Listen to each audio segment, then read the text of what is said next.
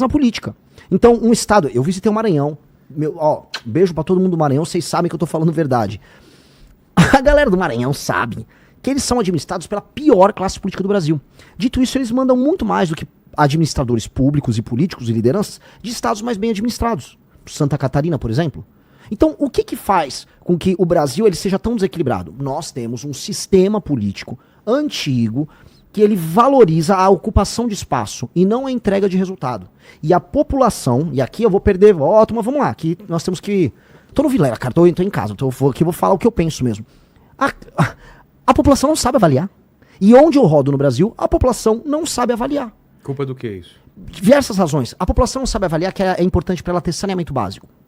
Essa é a primeira coisa, porque é uma obra que fica debaixo da terra. Ela sabe que tem esse problema. Não sabe. Por que isso não reverte no voto? Porque ela não sabe. Não, mas ela sabe Não que tá sabe, uma merda aqui. não sabe. Vilela, ela não sabe. Ela sabe que não tem segurança. Vilela, ela não... Segurança sim. Mas saneamento básico não. Você acha que não? Não. Vou dar exemplo, coisas que o cidadão não dá valor na hora de votar. Você perguntou pra galera qual é o problema daqui. Quando você está num lugar que não tem saneamento básico, as pessoas nem sabem que elas precisam ter saneamento básico. Não tá na imaginação delas.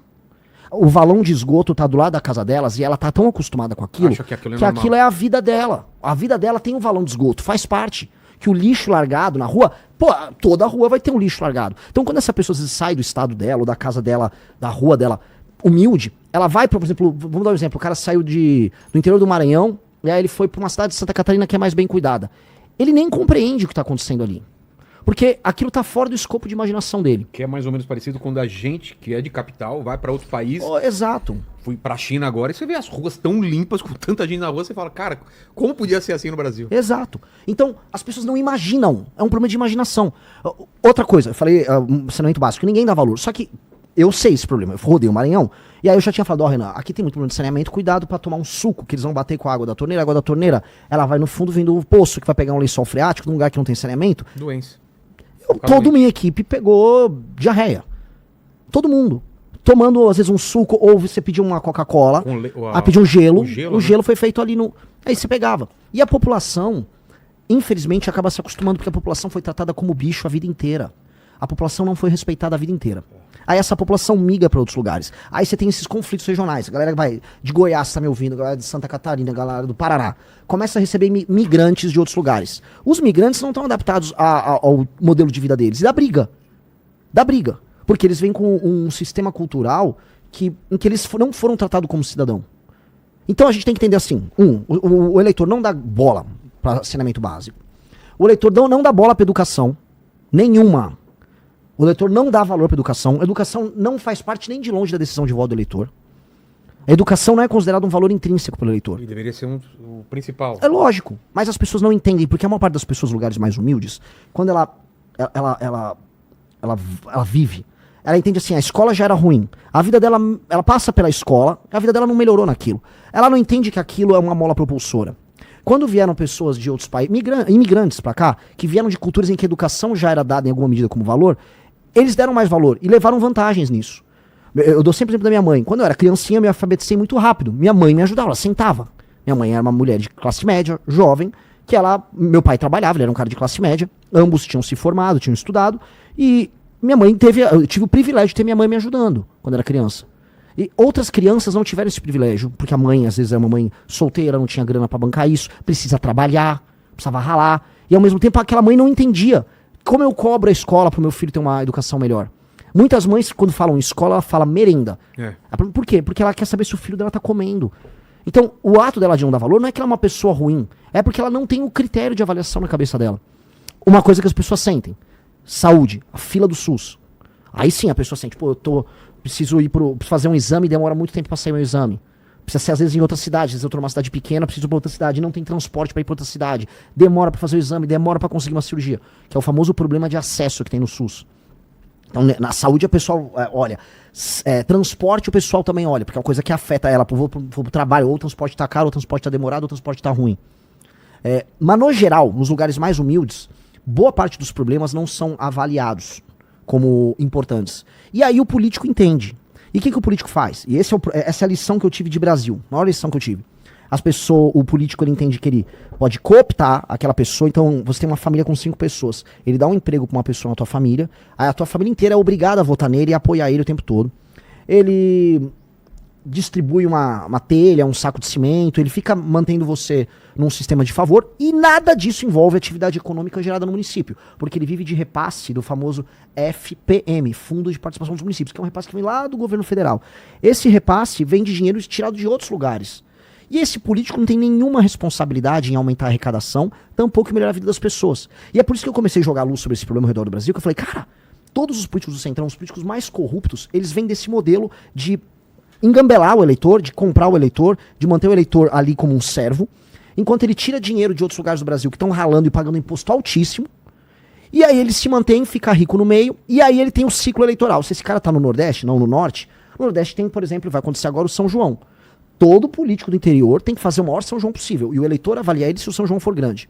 No resto dos lugares, são os grandes shows, por exemplo, festa da prefeitura. A prefeitura fez aniversário, aí você traz o Natanzinho, traz o Wesley Safadão, e traz vários desses cantores, e aí o público avalia, pô, meu prefeito é bom. Aí o Safadão chama o prefeito lá, aí o prefeito dança. Cara, isso não dá. Aí você tem, sei lá, mais de 2.000 cidades no Brasil que vivem disso. Pão em circo. É um pão em circo com muita pobreza, IDH baixíssimo e baixa atividade econômica. Em última instância, não só por conta disso, por conta de outras coisas, mas isso faz também com que outros lugares no Brasil acabem pagando uma alíquota de impostos muito alta para sustentar essas transferências para outros estados e municípios e também para sustentar a máquina do governo, a grande máquina com seus milhares de juízes, com seus milhares de promotores, com seus funsas que ganham salários acima da média, com super aposentadorias. E você tem que sustentar toda essa máquina que redistribui dinheiro que não funciona. E aí fica a pergunta, desde a Constituição de 88 tem todos esses instrumentos de distribuição de recursos. Se for puxar ainda, vamos dizer, o Pacto Federativo, os investimentos para diminuir a pobreza no Nordeste, Sudene e tal, a gente tá lá desde os anos 50 falando em fazer isso. E a desigualdade regional não diminuiu. Então a gente tem que mudar a lógica. E quando eu olho e eu estudo a lógica, ou seja, quando a gente estuda história, o que a gente percebe? Que você tem uma classe política que é horrenda, que é a pior classe política possível, administrando os lugares mais humildes e que não larga o osso. E eles se aliam com a esquerda, com a direita, com quem for, que é o famoso Centrão. E se a gente quiser resolver Centrão, se a gente quiser resolver STF, se a gente quiser tornar, aí sim, o Brasil que eu falei que tem que ser uma das 5 maiores nações do mundo, a gente vai ter que resolver esse problema. Porque rodando o Brasil, tomando uma surra de Brasil, vamos botar assim, você percebe que boa parte das nossas discussões são sobre outras coisas. E não sobre isso. E isso é o essencial. Isso é o verdadeiro tema de Brasil. Eu mesmo, cara, como liderança de movimento, eu achava que, pô, tem outro tema aqui. Cara, tem temas bem mais importantes. E esse é mais importante. Esse eu percebi. Este é o maior problema do Brasil. E se a gente resolve esse problema, por extensão, a gente começa a resolver o grande problema brasileiro. Porque do jeito que tá, o mundo não vai ter clemência com o Brasil. O Brasil, como você disse, tem terras raras, tem recursos hídricos, tá posicionado estrategicamente. O continente, o Sul, a América do Sul, assim como o tal do Sul global, vai ser cada vez mais importante nas próximas décadas. A China, por exemplo, quer fazer uma ferrovia ligando Ilhéus até Xangai, no Peru, que é a ferrovia bioceânica. Porque aí eles dão um bypass ali no canal do Panamá. Você cruza o oceano. E os Estados Unidos não quer. A gente quer. Pra gente é bom. Mas é bom ser com a China fazendo a ferrovia? Não sei, eu quero a gente fazer a ferrovia.